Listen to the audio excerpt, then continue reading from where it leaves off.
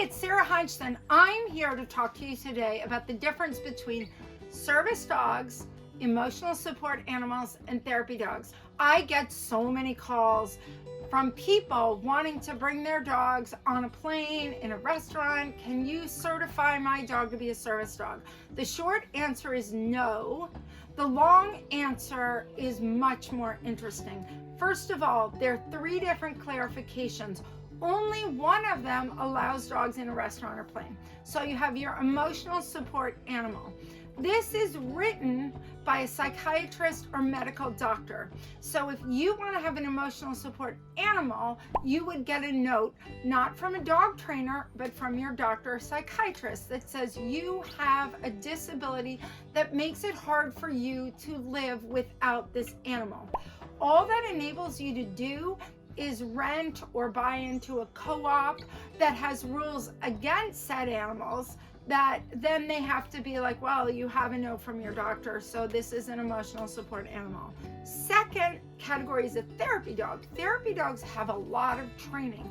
What a therapy dog certification enables you to do is go into a care providing situation, or a library or a school where there are children, and your dog is certified through a number of programs. There's a lot of training that goes into a therapy dog, but all that certification allows you to do is go into care providing situations. So, what is a service animal and how can you get your hands on one?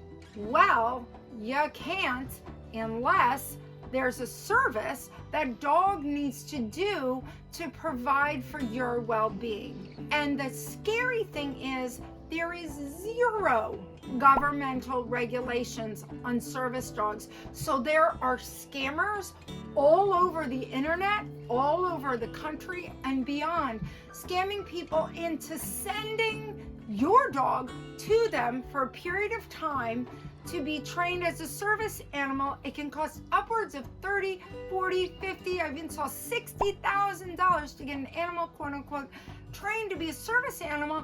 And there's no guarantee that you're gonna get back the same dog. In fact, many of these training schools use vibrating shock collars. They are overrun with people sending them their dogs. So pet parent, be mindful, and let me go into depth as to what a service animal can do.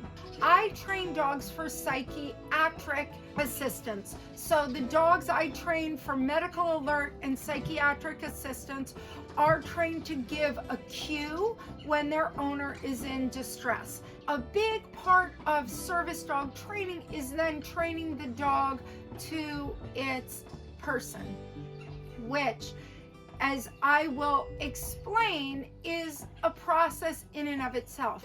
Every dog is different and every person is different. My intuitiveness with animals from working with them for 35 years, and I'm surrounded by animals, I call them my halo, is different than somebody getting one dog to serve as their service companion animal. So, when you are wanting to get a service dog license for your dog so you can take it on the plane, give that a little thought.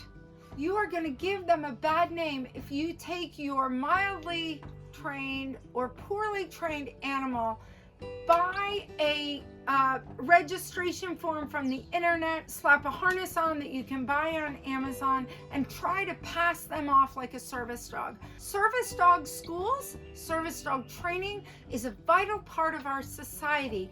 Don't try to pass your dog off as a service dog if they are doing no service to you other than serving as your pet.